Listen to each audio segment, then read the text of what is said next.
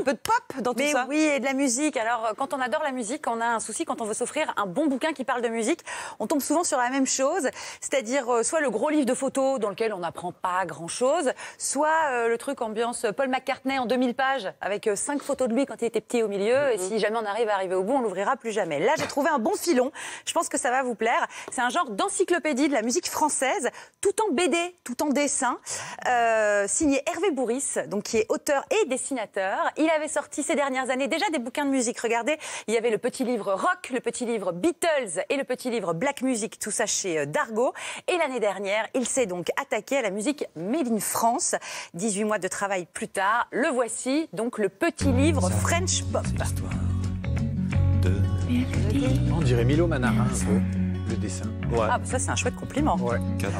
Alors c'est un dessin de la pochette de l'histoire de Melody Nelson avec Jane Birkin et sa peluche préférée Monkey. Mais voilà, dont elle était venue vous parler. Là c'est Monsieur Oiseau à la place, c'est un petit clin d'œil. Gainsbourg c'est le chouchou d'Hervé Bourris, donc on le croise régulièrement dans les 244 pages du bouquin. Vous voyez, on a Gainsbourg qui est un petit garçon, on a Gainsbourg en Gainsbar qui crame son billet de 500 francs chez Anne Sinclair. On a Gainsbourg aussi travesti sur la pochette de Love on the Beat. Alors on les connaît ces images, c'est très agréable de les redécouvrir en dessin. Alors je vous disais, c'est un genre d'encyclopédie. Le livre est organisé effectivement chronologiquement. Vous allez retrouver les événements, les émissions cultes aussi. Voilà, Salut les copains, les blousons noirs aussi qui faisaient scandale à l'époque.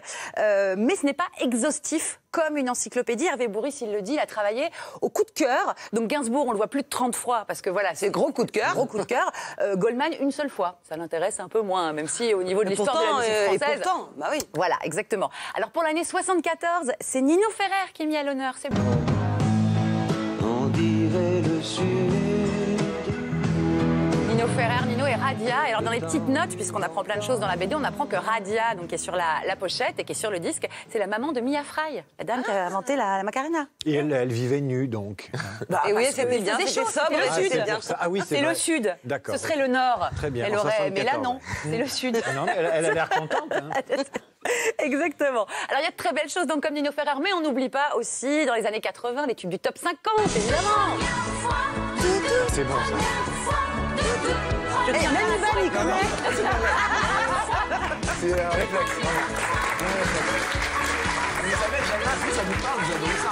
Ouais, moi j'aime bien Jeanne Masse, maman. Ah là là.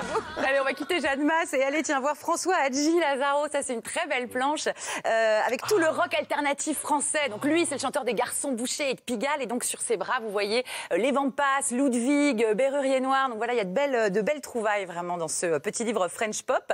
On croise aussi nos fiertés nationales, les Rita Mitsuko. Ah ouais. Marcia Baila, le tube de l'été 1985. Mais attention, hein, je vous parle de plein de vieilles choses. Le livre n'est pas du tout nostalgique. Les artistes du moment sont là aussi, comme Orelsan. Orelsan qui remplit de nouveau Bercy ce soir. Et qu'Hervé Bourris donc a choisi pour représenter l'année 2017. Puis voilà, après on vraque plein de visages qu'on est content de retrouver dans ce livre. Il y a Akhenaton du groupe I.Am. Il y a les Daft Punk, vous avez vu, sans les casques là, en bas, c'est assez rare. Et puis Benjamin Biolay avec cette très bonne vanne. Hein. Benjamin sort son classique Ton héritage et passe enfin sur RTL.